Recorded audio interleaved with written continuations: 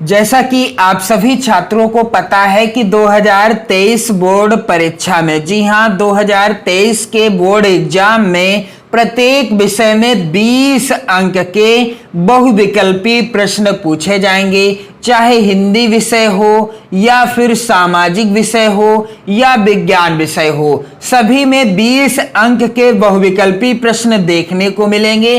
और इसलिए मैं अब आपको सामाजिक विज्ञान की बेहतर तैयारी कराने के लिए लेकर के आया हूं। क्लास 10th के जितने भी छात्र हैं 2023 बोर्ड परीक्षा की तैयारी कर रहे हैं, आज के इस वीडियो में मैं आपके लिए लेकर के आया हूं क्या, सामाजिक विज्ञान के ऐसे 10 महत्वपूर्ण बहुविकल्पी प्रश्न जो आपकी बोर्ड परीक्षा 2023 के लिए वेरी इंपॉर्टेंट हैं। और इन प्रश्नों को यदि आप तैयार कर लेते हो तो आपके 70 में 70 अंक बिल्कुल पक्के हो जाएंगे। और आपने अभी तक यदि चैनल को सब्सक्राइब ना किया हो तो चैनल को सब्सक्राइब कर दीजिए, वीडियो को ज्यादा से ज्यादा मित्रों में शेयर कर दें और यहां से जुड़कर आप 2023 बोर्ड परीक्षा की बेहतर तैयारी कर सकते हो। हिंदी विषय की, सामाजिक विज्ञान विषय की और गृह विज्ञान विषय की तथा चित्रकला विषय की, तो यहां से आप बेहतर तैयारी कर सकते हैं 2023 बोर्ड परीक्षा की। तो चलिए यहां पर आप देख पा रहे हैं चैप्टर का नाम क्या है, समकालीन भारत, यानी जो कि भूगोल के अंतर्गत चैप्टर आता है, संसाधन एवं विकास। और इस पाठ के जितने भी इंपॉर्टेंट प्रश्न है बहुविकल्पी, सभी को मैंने यहां पर इस वीडियो में सम्मिलित किया है। पहला प्रश्न है यहां पर, निम्नलिखित में से कौन सी मिट्टी कपास की खेती के लिए सबसे अधिक उपयुक्त है? पहला विकल्प है जलोढ़ मिट्टी, दूसरा विकल्प है काली मिट्टी, तीसरा विकल्प है लाल मिट्टी और चौथा विकल्प है बालुई मिट्टी। इस प्रश्न को याद करने की ट्रिक, कपास की खेती के लिए कौन सी मिट्टी उपयुक्त है, यहां पर राइट आंसर हो जाएगा काली मिट्टी। और का यहां पर भी अक्षर है शुरुआत में कपास में, और काली मिट्टी का पहला अक्षर क्या है, का है, तो का से कपास और का से काली मिट्टी। तो आप याद रख सकते हैं कि कपास की खेती के लिए सबसे उपयुक्त मिट्टी कौन सी है, काली मिट्टी है। यहां पर अगला प्रश्न है वेरी इंपॉर्टेंट, जलोढ़ मिट्टी पाई जाती है। जलोढ़ मिट्टी कहां पाई जाती है? पहला विकल्प है पर्वतीय क्षेत्र में, दूसरा विकल्प है मैदानी क्षेत्र में, तीसरा विकल्प है पठारी क्षेत्र में और चौथा विकल्प है रेगिस्तानी क्षेत्र में। तो जलोढ़ मिट्टी कहां पाई जाती है? इसका सही उत्तर क्या हो जाएगा? मैदानी क्षेत्र में,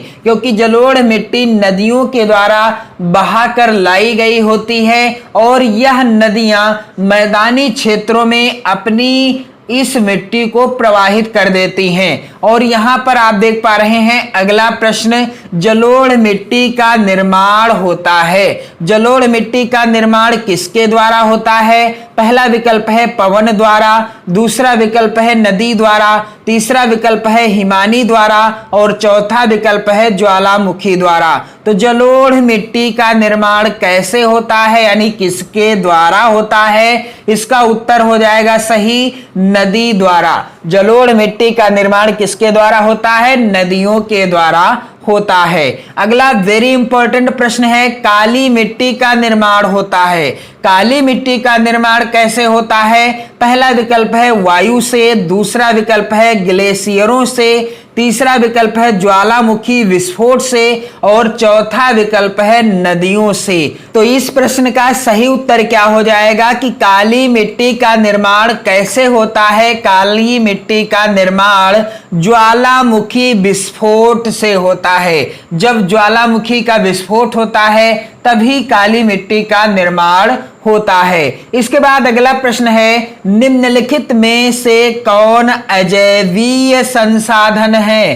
तो यहां पर आप देख पा रहे हैं पहला विकल्प है चट्टानें, दूसरा विकल्प है पशु, तीसरा विकल्प है पौधे और चौथा विकल्प है मछलियां। तो निम्नलिखित में से कौन अजैवीय संसाधन है? यहां पर इस प्रश्न का सही उत्तर क्या हो जाएगा?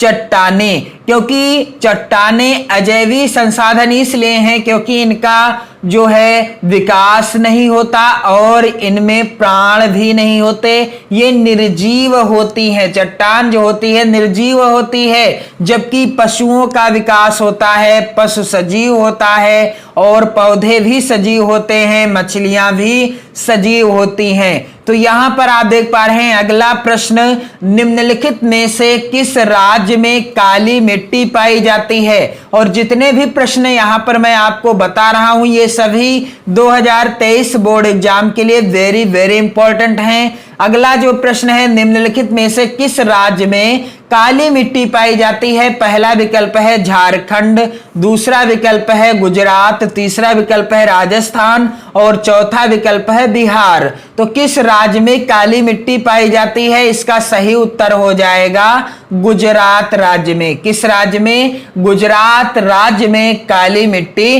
पाई जाती है। आप सभी छात्र इन सभी प्रश्नों को नोट करते रहिएगा।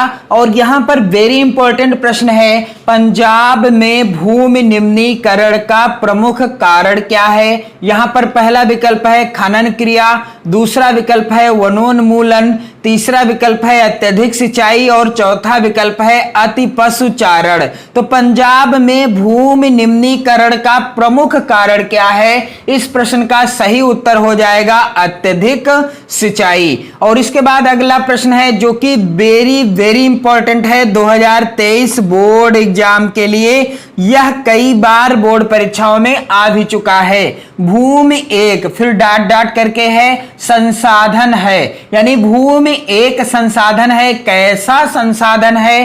पहला विकल्प है प्राकृतिक, दूसरा विकल्प है मानव निर्मित, तीसरा विकल्प है सौर ऊर्जा से निर्मित और चौथा विकल्प है उपरोक्त में से कोई नहीं। तो भूमि क्या प्राकृतिक साधन है यानी संसाधन है, या मानव के द्वारा निर्मित किया गया संसाधन है, या सौर ऊर्जा से निर्मित किया गया संसाधन है, या उपयुक्त में से कोई नहीं। तो भूमि एक कैसा संसाधन है? भूमि एक प्राकृतिक संसाधन है। भूमि एक कैसा संसाधन है? प्राकृतिक संसाधन है। भूमि को प्रकृति ने बनाया है यानी प्राकृतिक ने बनाया है, यह मानव निर्मित और ना ही सौर ऊर्जा से निर्मित संसाधन है। अगला है प्रश्न वेरी वेरी इंपॉर्टेंट, निम्नलिखित में से एक मिट्टी का प्रकार नहीं है। दिए गए विकल्पों में से कौन सा एक मिट्टी का प्रकार नहीं है? तो यहां पर आप देख पा रहे हैं पहला विकल्प है काली, दूसरा है पीली,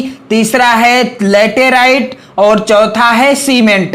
यानी काली मिट्टी भी होती है, पीली मिट्टी भी होती है, लैटेराइट मिट्टी भी होती है, लेकिन सीमेंट जो है मिट्टी नहीं होती, यानी यह मिट्टी के अंतर्गत नहीं आती, यह मिट्टी का प्रकार नहीं है। तो इस प्रश्न का सही उत्तर क्या हो जाएगा कि निम्नलिखित में से एक मिट्टी का प्रकार नहीं है। राइट आंसर है सीमेंट।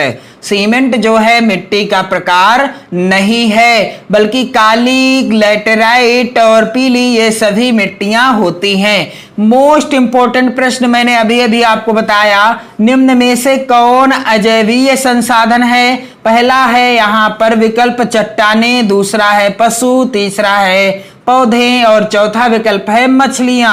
तो निम्नलिखित में से कौन अजैवीय संसाधन है? अभी अभी आपको बताया है। तो इसका राइट आंसर है चट्टानें अजैवीय संसाधन है। पशु, पौधे और मछलियां ये कैसे संसाधन हैं? तो ये आते हैं जैवीय संसाधन के अंतर्गत। ये किस संसाधन के अंतर्गत आते हैं? जैवीय संसाधन के अंतर्गत आते हैं। तो आज के इस वीडियो में मैंने आपको सामाजिक विज्ञान के 10 महत्वपूर्ण प्रश्नों को बता दिया है। आप इन सभी प्रश्नों को नोट डाउन करते रहिएगा और साथ ही आप चैनल की प्लेलिस्ट के द्वारा सामाजिक विज्ञान के अन्य वेरी इंपॉर्टेंट क्वेश्चन आंसर देख सकते हैं। वीडियो को मैंने प्रोवाइड करा दिया है। हिंदी विषय की भी बेहतर तैयारी कर सकते हैं और गृह विज्ञान तथा चित्रकला विषय की भी बेहतर तैयारी कर सकते हो। तो आप वीडियो को शेयर कर दें अपने सभी प्यारे प्यारे मित्रों में और चैनल के साथ जुड़कर 2023 बोर्ड परीक्षा की तैयारी करते रहें।